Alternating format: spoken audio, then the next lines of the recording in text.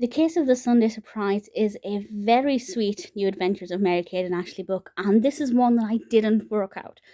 Sometimes I can work out who is responsible for whatever crime has taken place, sometimes not so much. This one, it put me to shame.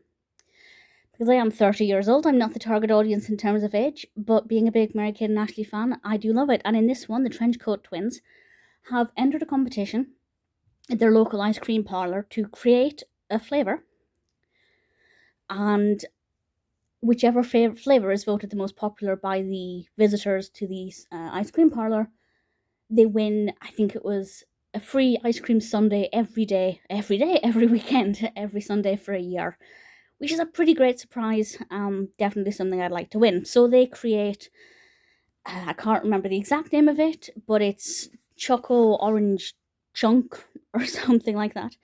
All the ice creams definitely do sound delicious.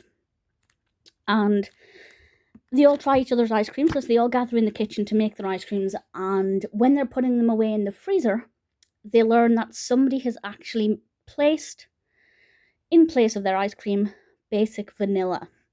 Now, I rather like vanilla ice cream, but it defeats the purpose of entering a competition if you haven't got an entry. And they have to try and find who has stolen their ice cream and why. And I had made my guess with who it would be, and I was wrong. And actually, I think it was pretty cool. There's one kind of clue in this that you won't pick up on unless you know about it, I think. At least that's the excuse I'm giving. But once you see it, with the benefit of hindsight, it's actually pretty brilliant. It did definitely make me want ice cream, to say the very least.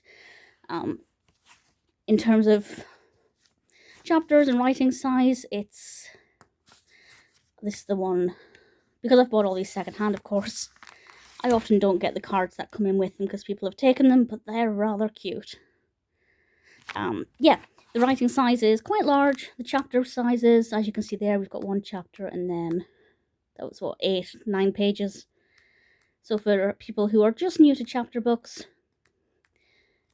it's not too much of an uplift, but for the older reader like myself, it's something that I can read in, I think, 2 sittings with this one. Some of them I read in one go, some of them 2 sittings.